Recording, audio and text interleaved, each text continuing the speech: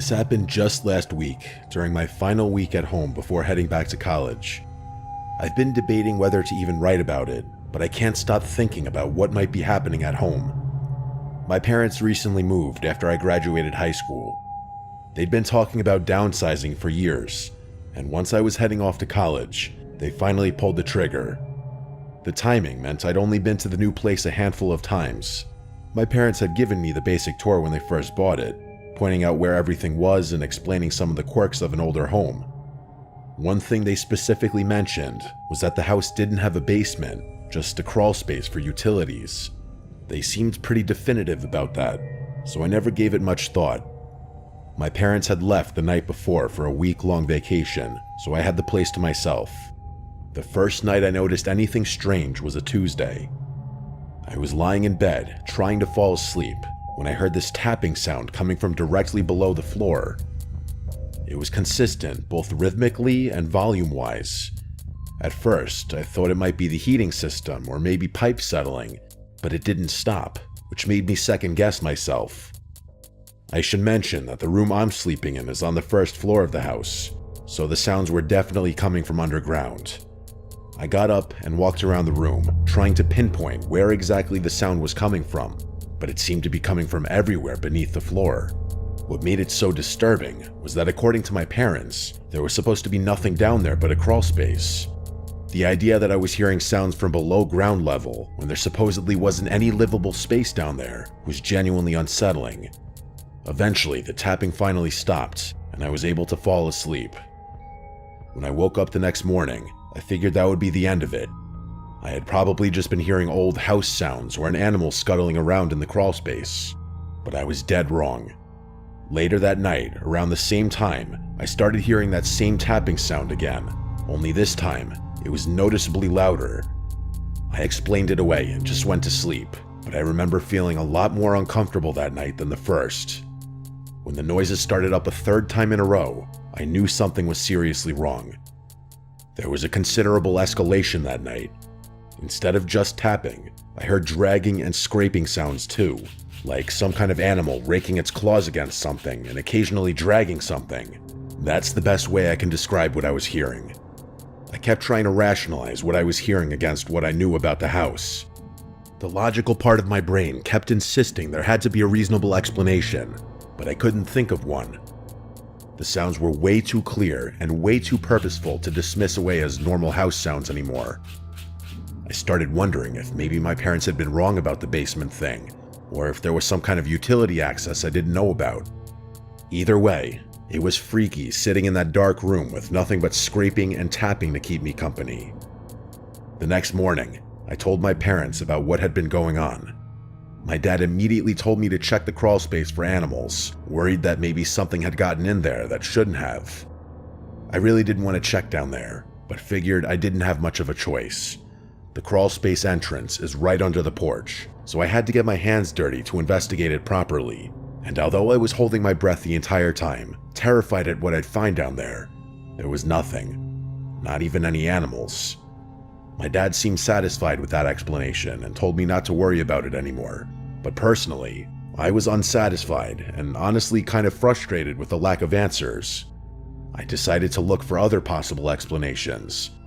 Maybe there was some kind of external access around the house I'd missed, or evidence of animals getting in somewhere else. As I was walking the perimeter, I noticed a pile of old construction materials leaning against the side of the house. Lumber, tarps, concrete blocks, stuff like that. They looked like they'd been there for a while, maybe left over from some previous renovation project. It wasn't like I hadn't noticed this stuff until then. I just always kind of overlooked them since I never had a reason not to. I started moving materials around, thinking maybe they were covering up some kind of opening that animals could use to get under the house. What I found instead was much, much worse. Hidden behind the construction materials was a storm door that had been completely concealed.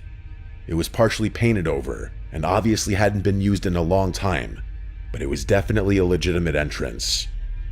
I opened it and found a set of concrete steps leading down into what was unmistakably a basement. I stood there in shock. My parents had been completely wrong about the house not having one. I didn't want to go down there. I really didn't. but I did anyway. In the limited amount of time I was down there, I realized two things. Someone had clearly been living in that basement, which I could tell from the empty food containers scattered about. And two, whoever had been living down there was not a normal homeless person, which I could tell from the markings that were scratched into the wood foundation. There were scratch marks, they looked like tallies, on one of the pillars, with what looked like demonic drawings on another. Drawings of people and animals, but in a seriously messed up way. Stuff I don't want to repeat here. I didn't stay down there any longer than I had to. It was, and still is, the freakiest scene I've ever stumbled upon. I immediately called my parents to tell them what I had found. They were completely shocked and said they had no idea there was a basement, let alone that someone had been living in it. My dad asked me 100 times if I was sure that there was no one currently in there, and I reassured him that there wasn't. Then he said they'd cut their vacation short and come home immediately. The first thing I did after hanging up was go out and buy a heavy-duty padlock. I secured the storm door from the outside, thinking that would solve the problem and keep whoever had been staying there from coming back. That same night, I was woken up by aggressive banging and rattling coming from outside. I instantly knew what it was. Someone was trying to get back into the basement and was clearly frustrated that the door was now locked. The banging was so loud and violent that I was afraid they might actually break the door down. I remember freezing up as my heart started to race. I couldn't move. The banging stopped, and that unfroze me. I crept over to the window and looked out just in time to see a figure sprinting across the backyard into the darkness. I couldn't make out any details about who it was, but seeing them flee made the whole situation feel more real and threatening. The rest of the night was kind of a blur, honestly. Mostly because I was so terrified and shaken up, as much as I hate to admit it. The police did a thorough search of the house, including the basement, but obviously they found nothing. They couldn't do much beyond promising to increase patrol in the area. My parents came home the next day, and they insisted that everything would be fine now that they were back. They said they'd figure out a more permanent solution together, and that I shouldn't worry about it anymore. I left for college the following morning as planned, but I was, and still am, extremely unsettled by the whole experience. It felt wrong to leave my parents there alone, especially since we have zero information about the person who has literally been living in our house for who even knows how long. It's only been a few days since I left, and I've been anxiously waiting to hear from my parents about whether anything else has occurred. So far, nothing has, but that hasn't put me at ease at all. I can't stop thinking about those awful markings I found in the basement, especially those sadistic drawings. I can't even begin to imagine what that person has been doing down there. If I'm being real, I'm really scared that something else is going to happen.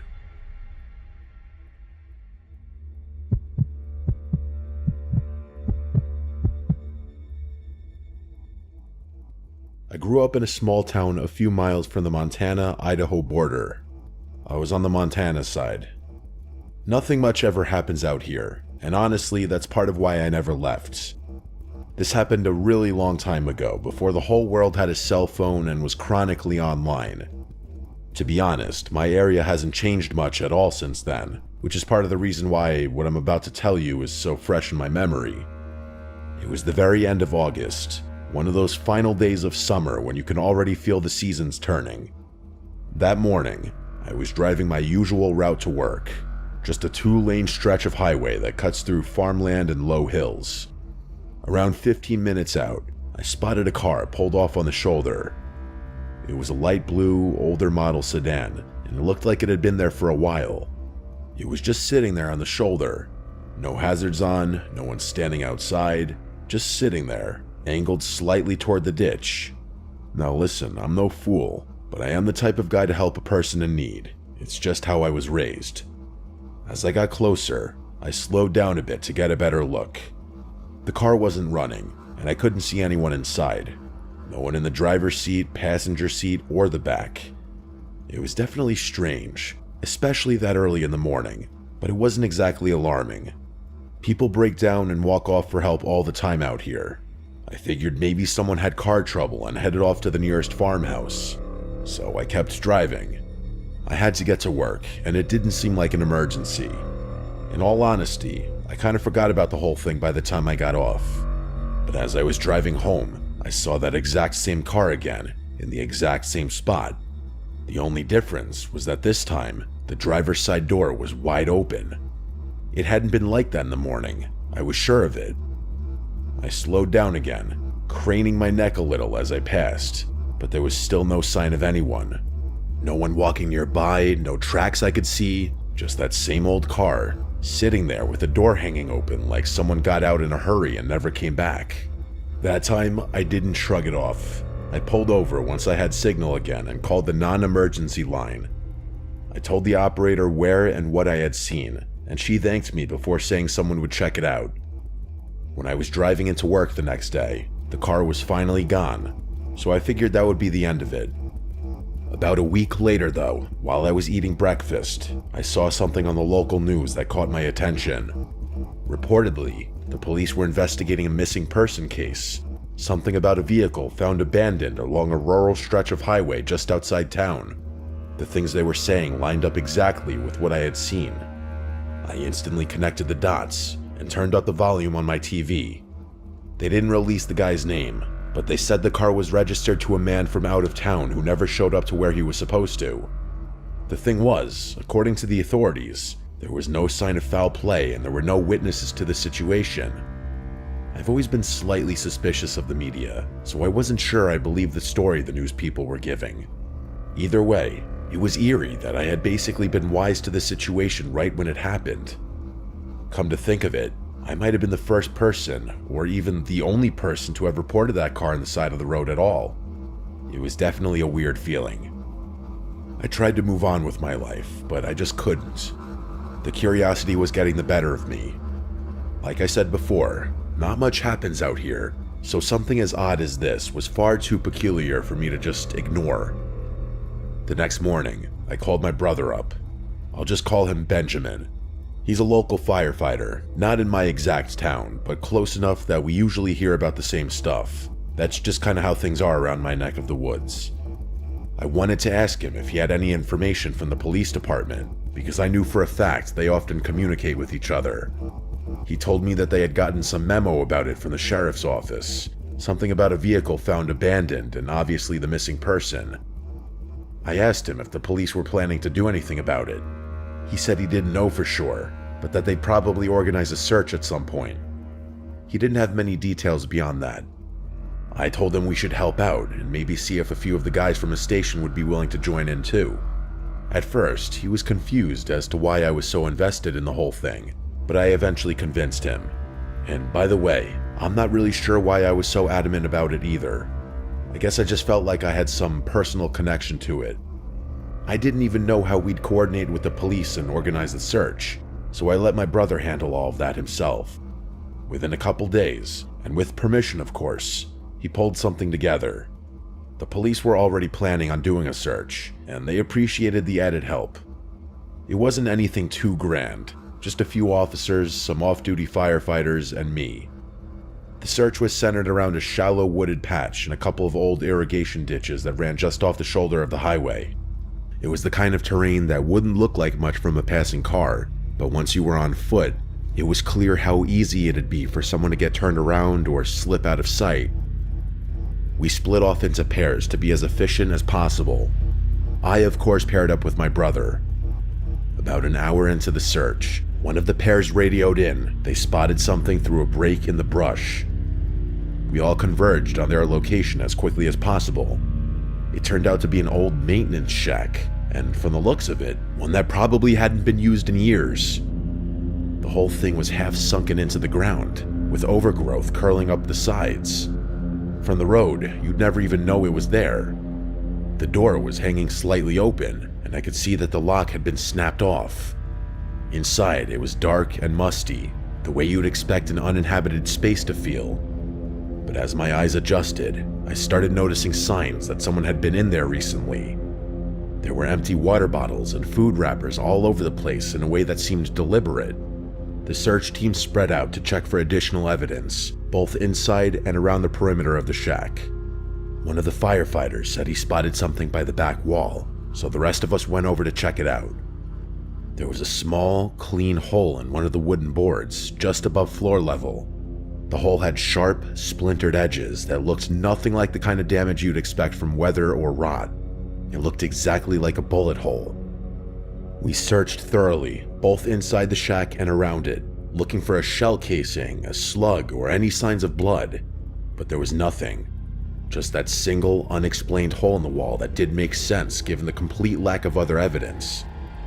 The officers radioed in the discovery to dispatch, and I could tell from their tone that this had moved beyond a simple missing person case. The lead officer gathered all of us together and said they'd take it from there. Then he specifically asked me to leave, since I was the only civilian there. I felt dismissed and frustrated, but I didn't have much choice except to comply, so I left. When I called Benjamin later that evening, he gave me vague responses about what had happened after I left. Eventually, he admitted that the firefighters had also been asked to leave shortly after I departed. The police had basically cleared everyone out and took over the scene entirely. Over the following weeks, I waited for updates. Benjamin's contacts at the department claimed they didn't know any details about the case, which I found strange. The local news never followed up beyond the original missing person report. It was like the whole thing had just been quietly dropped. Eventually, I decided to drive back and find the shack on my own. I was certain I remembered exactly where it was, so one day, I drove along the highway until I found the spot where we had begun the search. I spent hours walking the area where I was absolutely certain the shack should be. I followed the irrigation ditches to a T. Everything from the terrain to the sky looked exactly the same as it had that day, but there was nothing, no shack in sight. I started questioning my own memory. I figured there was a slight chance that maybe I wasn't looking in the exact right place, but even if that were the case, the shack should have been somewhere in that immediate range. I tried a different section of the search area, then another, but still found nothing. It was so strange, stranger than I'm describing it now.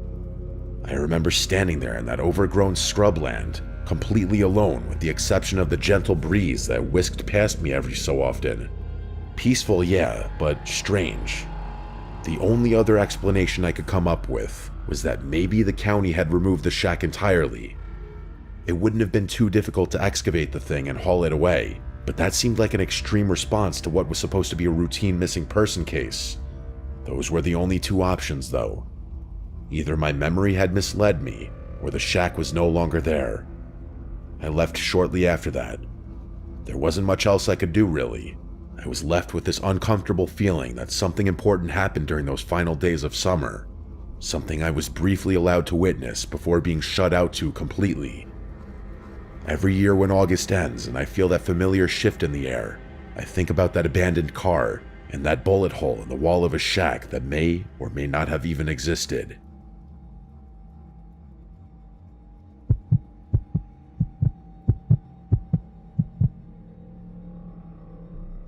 This happened last August, and it's completely changed how I feel about solo camping. When I was a kid, my dad had this end of summer tradition where he'd take me and my brother on a camping trip sometime around mid-August. Nothing elaborate, just a few days in the wilderness to mark the end of summer before school started back up. I'm in my late 20s now with a steady girlfriend, and I've moved on with my life in most ways, but that end of summer camping tradition is something I've tried to keep alive. Sometimes I can convince my dad and brother to join me, but usually it's just me going solo because my girlfriend absolutely hates camping. I don't want to drag her somewhere she'll be miserable for 3 days, so I've gotten used to the solitude. For this particular trip, I'd found what looked like a perfect spot on Google Maps, some random isolated clearing that wasn't a registered campsite or anything official. It was far enough away from any roads or trails that I figured I'd have complete privacy for a few days. I liked the idea of actually being alone out there, not surrounded by RVs and families with screaming kids like at the official sites. I downloaded the map so I'd be able to access it without service, something I always make sure to do. The hike in took maybe 2 hours. I'm in decent shape, but I was carrying all my gear, so I took my time. I hiked until I found a suitable place to pitch my tent. It was pretty much exactly what I had been hoping for. A nice flat area surrounded by thick pine forest with a little clearing that gave me a good view of the sky. That first night was perfect, honestly. Just me, my thoughts, and nobody asking me about work or when I was getting engaged or any of that. I made a small fire, cooked some freeze-dried pasta thing that actually wasn't half bad, and did some stargazing. The next morning, I decided to hike to a nearby river I'd spotted on my map. I figured I'd try to catch a fish for dinner. It would feel more authentic than just eating the packaged food I brought for the whole trip. Plus, it would kill some time, and out there you've got nothing but time. I basically spent the whole day at the river, but I didn't mind. It was nice and peaceful, and even though I'm not much of a fisherman, I got lucky and actually caught a decent-sized brook trout. I threw it in my handheld cooler and started making my way back to camp. I was feeling pretty good about myself. My dad would have been proud. The problem was that I'd completely mistimed the sunset and underestimated how far I'd hiked. What should have been a leisurely walk back to my campsite turned into a trek through the woods after the sun had already gone down. Within maybe 20 minutes, it went from that golden hour light to basically full darkness. I had a headlamp, but the terrain was unfamiliar enough that I was moving pretty slowly. At one point, I noticed a faint light in the distance. It appeared to be swaying back and forth in this rhythmic pattern, like someone was walking with a lantern or a flashlight. At first, I was actually relieved. Maybe there was another camper out there and we could help each other navigate back to wherever we were supposed to be. After all, if you're hiking through overgrown wilderness at that time of night, you've definitely screwed something up or mistimed something, just like I had. As I watched the light, I realized it was getting closer to me, meaning whoever was holding it was walking in my direction. Not wanting to spook them, I decided to announce my presence and yelled out a friendly hello, followed by asking if they were camping too. I kept my tone as friendly and unconfrontational as possible. The light immediately stopped swaying. I watched as it sat perfectly still for several seconds, which struck me as odd. Then, without warning, it shut off completely, which struck me as even odder. Another few seconds passed, and I stared at the now pitch-black spot where the light had just been. And then, out of nowhere, I heard this violent crashing through the underbrush, like someone running full speed through the forest, but not toward or away from me. Off to the left, perpendicular to where I was standing. It was unmistakable. My heart was going pretty good at that point.